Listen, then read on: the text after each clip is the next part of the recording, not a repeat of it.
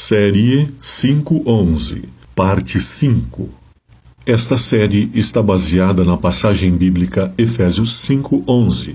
Leremos na versão O Livro. Não participem em nada que diga respeito às coisas corruptas das trevas. Antes, pelo contrário, vocês devem denunciá-las. Como temos visto até aqui, Satanás, o inimigo mor de Deus e dos filhos do Senhor, promove em nosso mundo plena desordem com suas insinuações da mentira, do engano e das outras violências que pratica em todos os lugares e tempos em que aqui está.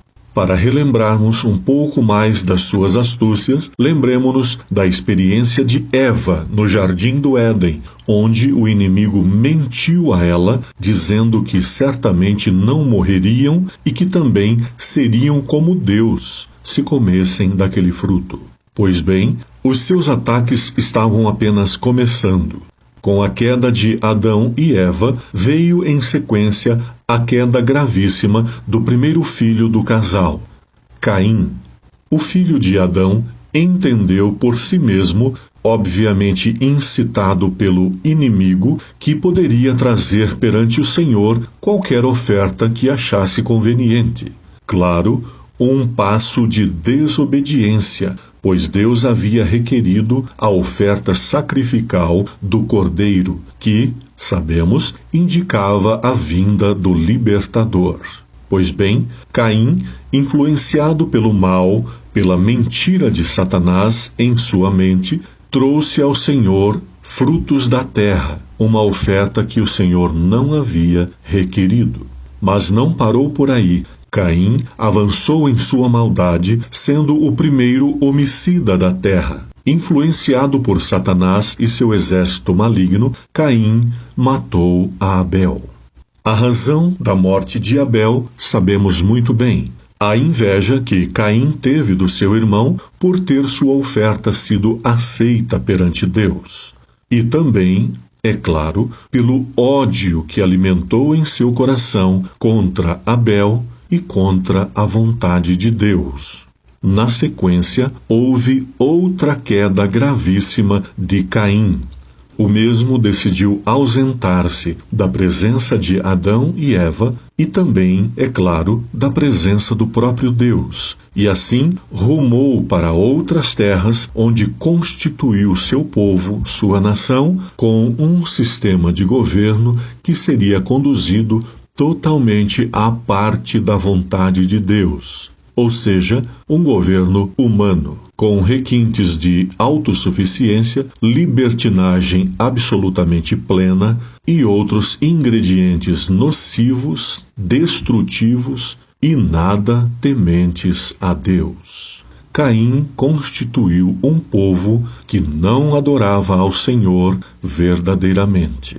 Vimos até aqui que Satanás, além de possuir um imenso exército de anjos maus, preparados e comandados para operarem todo tipo de violência, mentira, engano e terror junto à raça humana, também conseguiu organizar um exército de pessoas que o servem e que atendem aos seus comandos, operando toda espécie de malignidade junto aos seus semelhantes.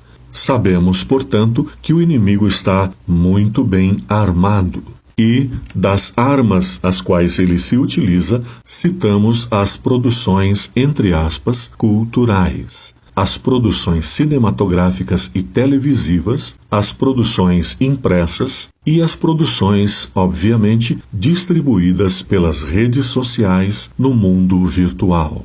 Além destas armas devastadoras que destroem a consciência humana, deseducam e preparam a pessoa para servir ao inimigo, ele também criou e colocou nas mãos do homem outras armas devastadoras e destruidoras, como as bebidas alcoólicas, o consumo de drogas e também as produções audíveis, como músicas que realmente sabemos muito bem tem feito um grande estrago na vida das pessoas, das famílias e das sociedades em geral. O próprio Satanás inspirou homens e mulheres a escreverem textos extremamente nocivos para todos. Citaremos alguns poucos exemplos dentre tantas obras que conquistaram a apreciação e a atenção da humanidade. No século XIX, que é um dos principais séculos da história da humanidade, nasceram as seguintes obras, por exemplo: A Origem das Espécies e a Seleção Natural, de Charles Darwin. Esta obra, de origem maligna, levou muitas e muitas pessoas, bem como sociedades inteiras, a descrerem totalmente na criação divina, inclusive inserindo em seus textos a nociva percepção de que o mais forte sobrevive, aniquilando ao mais fraco, levando muitas e muitas pessoas por todo esse tempo e em todo o mundo a crerem que o homem também está inserido nesta espécie de evolução, onde, com sua capacidade desenvolvida de raciocínio, pôde aprimorar e aplicar armas, bem como sistemas de controle que o tornavam uma raça superior, sempre buscando aniquilar as raças inferiores. Ou seja, Charles Darwin levou a humanidade a acreditar que o ser humano, por sua força intelectual, sobrepôs-se a todas as demais espécies, tornando-se o animal vencedor. Com isto, seria muito aceitável inferir que as teorias de Charles Darwin incentivaram muitos pretensos líderes populares a também, com forças aglomeradas ao seu lado, suplantar as forças vigentes, ou seja, os governos estabelecidos, derrotando-os e aniquilando-os, para assumirem o seu lugar e assim impor à população desta ou daquela nação a sua ideologia de governo como sendo a melhor, sendo que, obviamente, nada disto é verdadeiro, pois nos bastidores o que se queria mesmo era assumir o poder e controlar o povo. Outro exemplo de obra impressa nociva que também contribuiu para a destruição de inúmeras pessoas, famílias e até sociedades é o livro O Capital, de Karl Marx.